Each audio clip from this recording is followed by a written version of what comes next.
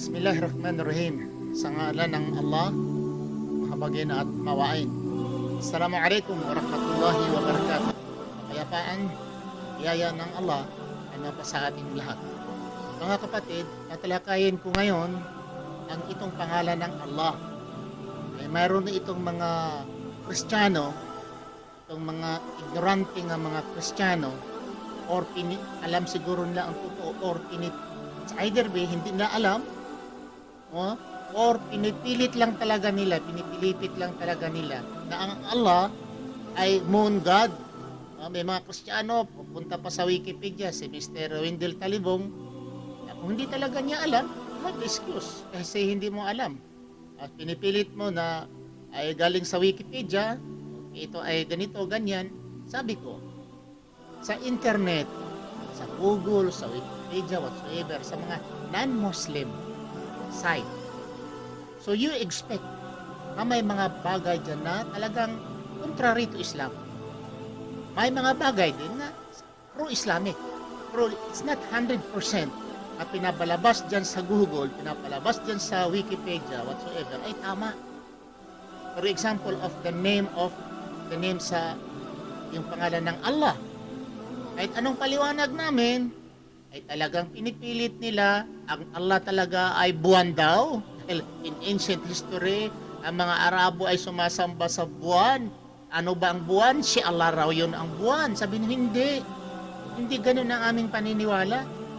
So kahit anong paliwanag ng mga Muslim, bago diyan mga kapatid, sa akin po mga kapatid, mga Muslim, brothers and sisters, ang dawa ngayon ay iba na. Ibahin natin ang ating paningin sa dawa.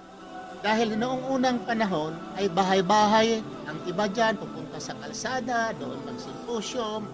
I do not say nga ito ay hindi effective. I do not say nga wala na ito. Okay. Still continue. Yung style natin, kung may makita tayo ng mga Kristiyano, magdadawa tayo, magawa tayo ng gathering, magdawa tayo, let's continue. Pero, ang nakuha ko lang ng pansin, na kunti lang po ang nagdadawa sa internet, sa YouTube, sa Facebook, sa Instagram. Ilan-ilan lang po ang mga Muslim na nagdadawa. And based on my observation, lalo na sa mga Arab countries, sa mga dawa center, wala, sana my suggestion is that sa mga dawa center, mayroon talagang ilalaan nga time sa mga daiya, whatsoever nga language, Filipino, English, or Ordo, na maglaan talaga ng panahon nga magdakwa in the internet. Dahil karamihan ngayon, halos 90% ngayon sa mga tao, or hindi lang 90% siguro, 99.9%, basta may internet, ay doon na sila. Bihira na lang na magbasa ng aklat. Okay? Nandoon sila sa Facebook, nandoon sila sa YouTube, nakikinig. So dapat ang mga da'wa center, mayroong specific time sa mga daiya to make a da'wa in the internet. Ngayon, ito, yung matanda lang na yung halos din sumasagot, especially sa mga attack yan. May sumasagot. Pero ilan-ilan lang kami pang sumasagot. Mga matanda na mga sumasagot dyan sa internet, pang babato sa Islam. So kung hindi natin sasalagin ito, hindi natin ipapaliwanag, mananatili ng paniniwala nila, particularly sa ating sinasamba, ay buwan. Dahil yun po ang maririnig natin lalo na sa mga bibig ng mga Kristiyano, nga buwan po ang ating sinasamba. Ngayon, balik tayo sa topic. Nga sino ba si Allah? Kung tayo kasi magpapaliwanag, hindi sila makinig eh. Bakit? Sabihin lang, huli lang kayo, si Muhammad, ganito, ganito. Hindi sila maniniwala. Pero kung Hudyo, siguro, baka maniwala sila sa Hudyo ang magpapaliwanag.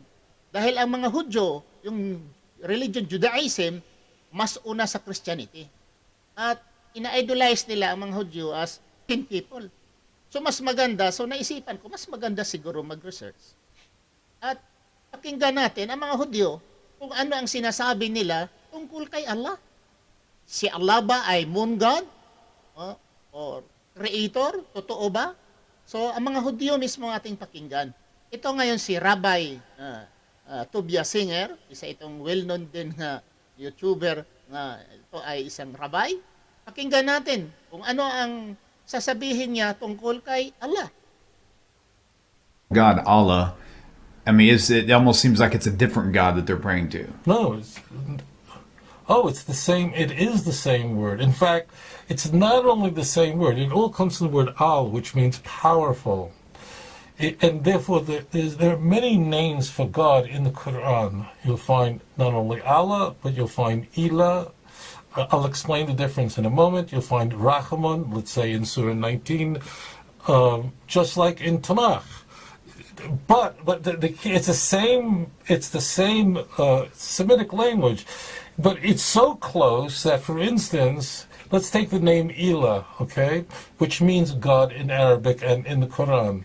That word, it operates exactly like in the Ten Commandments. Lo yeh lecha Elohim achem al panai. You shall have no other gods on my face. So that word Elohim in that context of Exodus 20 means a false god. And Ilah can mean a false god, like saying La ilaha illallah. There is no God, meaning false god, but Allah, the true God. So we use the same name, the same shoresh, the same root, which could mean the true God or a false God. So of course it's the same God. And I just say it, Christians who say that Muslims do not worship the God of the God of Abraham, when you say that to a Muslim, you are making yourself look like a complete idiot. Ano daw? Kung ikaw daw ang Kristiyano nga nagsasabi nga ang mga Muslim ay hindi sumasamba sa Diyos or Panginoon ni Abraham, sabi niya, you are a completely idiot. Idiot. Sabi ito ni Rabbi TOVIA singer, you are completely idiot. Okay, mga idiot, makinig kayo. Kakahiya naman kapag sabi ninyo na ang Diyos ni Abraham ay hindi sinasamba ng mga Muslim or iba ang sinasamba ng mga Muslim. Completely idiot pala kayo ayon dito kay Honorable Rabbi TOVIA singer. Patuloy po natin.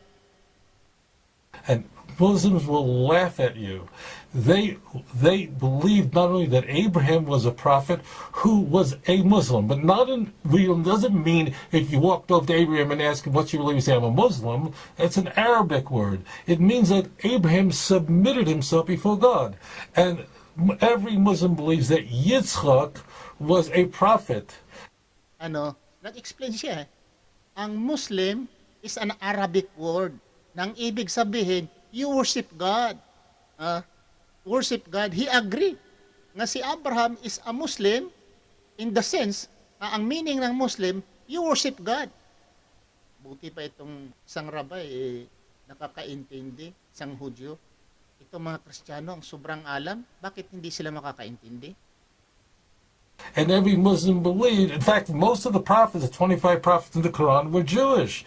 And Yaakov was a prophet. So therefore they believed in the God of many, many prophets, including Avraham, Yitzhak, Yaakov, of blessed memory. And Christians who tell Muslims that they worship moon gods and shmoon gods and all these things, I really want to save you embarrassment, because the Muslims are going, this person needs medication.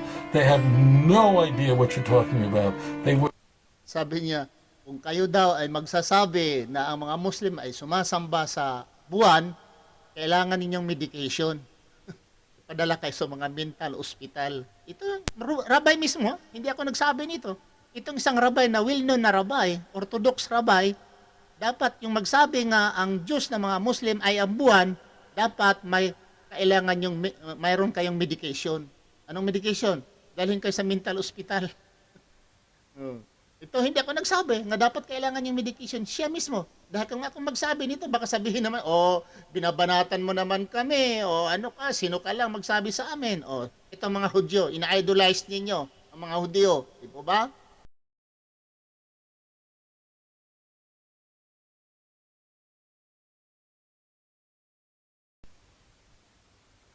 Another rabbi naman, ang ipakita ko sa kanyo, ipaparinig ko.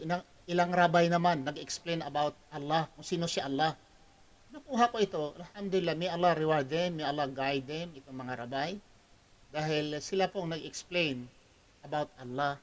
Kasi kung Muslim kasi, masyadong mabigat sa damdamin ng mga Kristiyano pag kami magpaliwanag kung anong totoo. Para bang isang bundok or bulldozer sa kanila nga ilulunok sa kanilang lalamunan. Pag sinabi namin ang Allah ay siya ang Diyos ni Abraham, siya ang Diyos sa mga Hudyo, parang isang bulldozer nga ipalunok sa kanilang lalamunan, talagang hindi nila kayang lunukin. So, pero kung sa mga Hudyo siguro, baka matanggap nila at ma-accept nila ang kanilang kaignorantihan na palagi lang sinasabi nga si Allah ay buwan. Sinasamba daw nga si Allah ay buwan at si Allah daw iba sa Biblia. Sa Old Testament daw o sa Biblia, iba daw si Allah. Mayroon pa ito, narinig ko pa ito si Winter Talibong na ang Allah sa Biblia at ang Allah sa Quran magkaiba. Paano itong Hudyo mismong nagpaliwanag? Sila nagsabi nga pareho lang. Sinong paniniwalaan natin? Itong isang rabbi nga Hudyo, isang scholar? Or itong scholar natin na si Father Wendell Talibong? Masabi niya, iba daw. Sinong paniniwalaan natin? Okay? Tingnan po natin. Religion on the Line, which comes out on Sunday morning. Rabbi Potasnik, he's the rabbi for the fire department, and he had a question a while back to discuss Allah, and God, and he said, "I won't get into that subject. We won't discuss it." The Muslims believe in Allah, but Rabbi Potasnik would not compare anything. Would you care to mention anything? Yeah, when I did before, I'll do now also. Allah is taken from the name from Elikah. Elikah, which is, we use that word all the time. We have the same God as the Arabs. We believe in the same God, one God. So it's a paradox. See, the Christian. See? Anong sinabi nitong si Rabbi, itong isang Rabbi Minch? You have the same God with the Arabs. We have the same God with the Arabs. Kung sasabihin ninyo nga pagano kami, pati itong mga Hudyo, itong Judaism, sinabi din nyo nga pagano dahil they have the same God, Allah. Naku naman. Christians believe in the Trinity, whatever that's supposed to mean, but it's a part of it is their God, who's the JC we call him, but that's not our belief at all. We're not allowed to believe in anything like that, and we're in better terms with the Christians generally than with the Arabs, generally speaking. But we have in common, we believe in the same God. Right? As a matter of fact, I was speaking once to Rabbi Moshe Feinstein, the greatest rabbi of our generation. He said, Allah, that's the Arab's God, the same God that we have. He wasn't afraid to talk about it. Allah is the same God we have. Sabi niya, Allah is the same God we have. Ano ngayon? They have the same God. But a lot of them, I feel embarrassed by it, because a lot of them, the way they act with the terrorists and so on, it's so anti what God wants. So I'm sure they're not all like that, but a lot of them that are very terroristic and out for blood and very mean and ruthless. To us, that's embarrassing that we have the same God, but that's not what God wants people to act. I'm sure a lot of them are embarrassed from themselves also, the Arabs, the way some of them act. But ang iba daw ay nahihiya lang tanggapin niya nga si Allah dahil may mga terorista nga nagtawag din sa Allah. Mga terorista, totoo naman. May mga terorista nga nagtawag din sa Allah. Then sapat na ba nga i-reject namin si Allah dahil mga terorista? Mayroon ding mga supposing Jesus Christ. Punta tayo sa Jesus Christ. May mga pare na nagnakaw ng asawa. May mga pare na mga bakla. So sapat na bang takpil mo si Jesus Christ bilang Kristiyano? Dahil may mga pare nga mga pedophiles ng mga pare, nagnakaw ng mga asawa, bago lang yan, nag-viral yan sa atin, isang pare, ginamit ang isang asawa sa ibang tao. Okay? Sapat na ba? Iwanan mo ang iyong Jesus Christ dahil isang pare na gumagawa ng masama. Bakit? Wala bang terorista rin na mga Kristiyano? So mayroong may wala bang masasamang mga Kristiyano? Mga carnappers, mga hold-uppers, mga rapists, mga Kristiyano? So vice versa. Sa grupo ng mga Muslim, sa grupo ng mga Kristiyano, may mga mabubuti, mayroong mga masasama. Pero wag natin idamay ang Panginoon dito, si Allah. Dahil si Allah ay hindi nagtuturo na ganun ang gawin. Generally speaking, they took upon themselves the real God of the world, the Creator. They also believe in the Old Testament because they have their own Quran, what they believe in. I don't know what that says over there exactly. Just like the Christians have the New Testament, they have their New Testament called Quran, but they believe in the Old Testament too. So ito lang aking mga sasabi mga kapatid, mga Kristiyano, sana open kayo, open your mind, open-minded kayo. Diyan sa internet, sa Wikipedia, may totoo dyan, mayroong hindi. Pero kung gusto kayong matuto talaga kung ano ang Islam, pakinggan nyo kami mga Muslim. Kung gusto nyo matuto kung anong Judaism, pakinggan nyo ang mga Hudyo. Kung kayo naman ay mga gustong matuto kung anong Christianity, pupunta kayo sa mga Kristiyano para matuto kayo. Hindi kayo mag-imbento, mga Muslim, hindi kayo mag-imbento against the Christian kung ito ay hindi turo ng mga Kristiyano. Likewise naman also, kung ang mga Kristiyano, hindi kayo mag-imbento ng mga bagay kung ito ay hindi naman turo or hindi naman mababasa sa Quran. Ating ituturo, anong mabasa sa Quran? Sa hadith. Likewise also, kung may mga Muslim na nagkukot sa Bible, huwag niyong isipin na ito ay atake. Ayun doon sa Bible eh. So, kung iniisip niyo ito ay atake, ay mali kayo. Dahil kami mga Muslim, amin lamang kinokorek ano ang mali. Kasi tinutuwid lamang namin. Pag ito ay, kamukha mo ay may dumi, sasabihin ko, bro, may dumi yung mukha mo. Nandyan dumi sa mukha mo. Atake ba yun? The same. The Bible is perfect. The Bible is holy. The Bible is flawless. Okay? Inspired by God. Correct? We agree with that wording. Pero kung nakita namin dyan, ay nandyan na ang mga porno stories, na mga contradictions, mayroon dyang mga prophecy nga hindi nangyayari. Ipakita namin na ito ay hindi ito flawless, hindi ito perfect, ganito. Huwag niyo isipin na atake yan. Bagang kung ikaw ay may dumi sa mukha, sinabihan kita, may dumi ka bro, di ba ang mukha mo ay talagang makinis, gwapong lalaki ka, pero may dumi ang iyong mukha. Punta ka sa salamin at tingnan mo at pupunasan. Huwag kang magalit, sasabihin mo, atake. You say, listen din. Kung kayo ay nakakita sa Quran, read and share it to us. Pakita nyo sa amin. Kung ano ang mali sa Quran, pakita nyo sa amin. Kung mali sa hadith, ipakita nyo sa amin. And listen from the Muslim. So, ito po ang aking masasabi, mga kapatid. Maraming salamat. May Allah bless us all. At sabihin ko na lang, Subhanakallah, Allahumma bihamdika. Asyhadu an la ilaha anta astaghfiruka wa atubu ilaik. Assalamualaikum warahmatullahi wabarakatuh.